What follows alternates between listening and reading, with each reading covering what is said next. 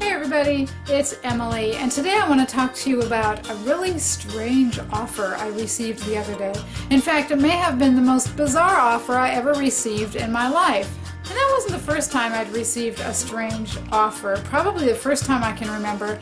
I was in my early 20s, sitting out on the balcony of my first floor apartment, enjoying the weather, eating supper, and this guy walks by and stops and starts chatting with me. He's about my age. I've never seen him before in my life, and the first thing he says is, "Hey, I like those signs that you stick on your door." He's talking about the sliding door, the sliding glass door that goes to the balcony, and the signs he's referring to is, at that time, I had written out several, probably a dozen or so verses from Proverbs in marker, and I would tape I think a new one up every week, and it was just to bless the people walking by. They could read it and be encouraged. You know, I always wrote something positive, something that, helped brighten people's day. So that's what he was referring to. And I think, there was a little more small talk, and I'm sitting there feeling uncomfortable. I was still quite shy at the time, and I'm an introverted person, and I didn't know this guy. Why is he talking to me? Well, finally he comes out, "Hey, I was wondering if you'd go out to dinner with me one night." Now, if I were not married today, today I would say, okay, dude, first of all, you are ugly. I have no attraction to you whatsoever. Second of all, right now, I really hate men, and that's a whole nother story about why I was hating men at that point in my life. But I was like, if I don't see another man for the rest of my life, it will be too soon. Okay, so bye. Okay. But, shy little me, trying to be polite, I just said, "No, thank you." And that was the last time I ever sat on the balcony to eat my supper, and the very last time that I stuck a proverb to my balcony door. A second strange offer I received, it was probably 6 or so years later. I was actually at that time open to God bringing a soulmate into my life, alright? Done with the man-hating thing. At this time, it was, so I was about 31 years old at the time, and there was a guy whom I actually found attractive, but he was obviously much older than I was. He was probably around 50 years old by the slight wrinkling of his face and the gray hair and beard, all right? In a very non-pushy, gentle way, Christian way, he started coming on to me as he was doing all he needed to do to install an alarm in my condo. I could have probably got him fired for harassment, although, he never said anything that was really over the line. He didn't touch me, nothing like that. But boy, the entire time he was insinuating, he like, "Hey, look, hey, that book on your coffee table. I taught a Sunday school class using that book, and you know what? The last girlfriend I had was about your age, And okay, this was red flag number one, okay? Red flag number one. Ladies, if there is a guy who is 50 years old and good looking and he is not yet attached in any way, you need to wonder what's wrong with him. Okay, second red flag is he was obviously desperate. I mean, he wanted me to be his girlfriend so bad. It wasn't even like, "Would you like to go out to dinner?" He wanted me to be his girlfriend, okay? Desperation vibes. Ladies, listen up.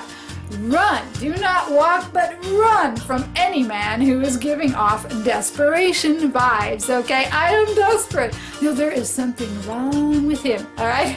So those are a couple of strange offers I received in my life.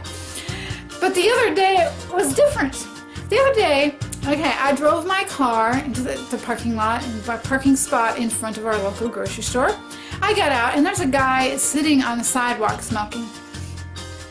And there's a bike, so I parked right next to a really nice-looking motorcycle. I don't know motorcycles, but it was a nice one. It wasn't as big as a Harley, I don't think it was. But anyway, and the guy looked like a biker, so I put two and two together and say, okay,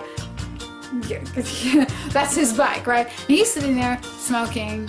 He's probably mid-50s, I would guess, and mustache, and he had that biker look. Do you know what I'm talking about? And the clothes, and not necessarily leather, but really, the biker look. You know what I mean?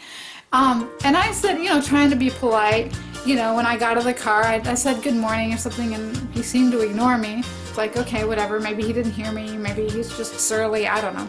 I went in, did my shopping, came back out, and he's still sitting there with his cigarette, and without any preface, without any prelude, no greeting, no hi, how you doing, which is the typical Southern thing you do when you meet somebody, hi, how you doing, even if you care less what they're doing, that's what you say in the South. But no, he didn't say any of that. After I put my bags of groceries in my car, I started going around in my driver's seat, he said, hey, I'll trade you my bike for your car. Okay, my first thought was, well, that's really weird. Why did you ask me that? My second thought was, let's see, no.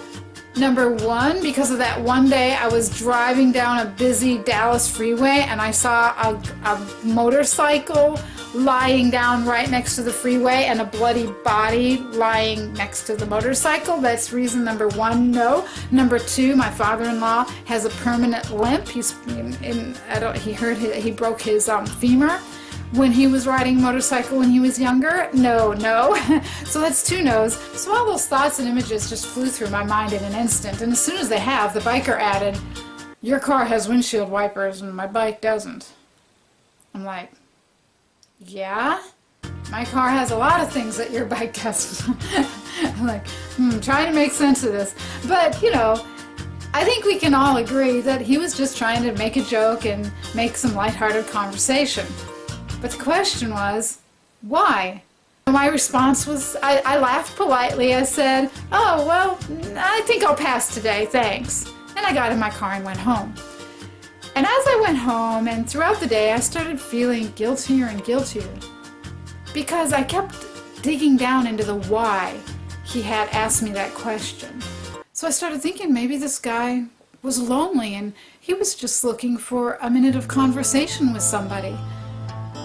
And I started thinking, well, why couldn't I have stopped just for a minute? I'm the type that's always in a hurry, type A, if you will. I'm always in a hurry. I always have something I want to get done. What's next? So I'm always in a hurry. And I think the Lord used that day to show me that I'm such in a hurry that I won't stop and love people where they are. All I needed to do, I wouldn't have to stand there for 10 minutes, probably not even 5 minutes. If I would have just said, after my flippant remark to his joke, I could have said, I really hope you have a blessed day today. Or, wherever you're going, have a safe trip. I hope you have a great, I could have said something else. I could have maybe asked him, where's your next destination? Where have you been? Where do you go on your bike? I could have chatted with him a couple minutes, but no, I was in a hurry. I'm always in such a hurry that I forget that there are people who want to connect. And when I say connect, we say connect and we think, ooh, be their best friend or even just be their friend. No, it's okay to connect with a stranger. What I'm saying connect is just acknowledge that person's existence. Acknowledge that, yes, you are a worthy human being. It doesn't have to be anything deeper or longer. It doesn't have to be a commitment of any kind. And I haven't been doing it. And I believe the Lord used that. He caused that situation to happen to make me think, I really need to be more open to just stopping and connecting with other people. Long story short, take a minute, just take a minute to connect with somebody, a perfect stranger. If you're not getting a gut feeling that you need to run away from them, take a minute to connect with people that come across your path. They may need it. Thanks a lot for watching. I'll see you for the next video. In the meantime, keep smiling and keep growing.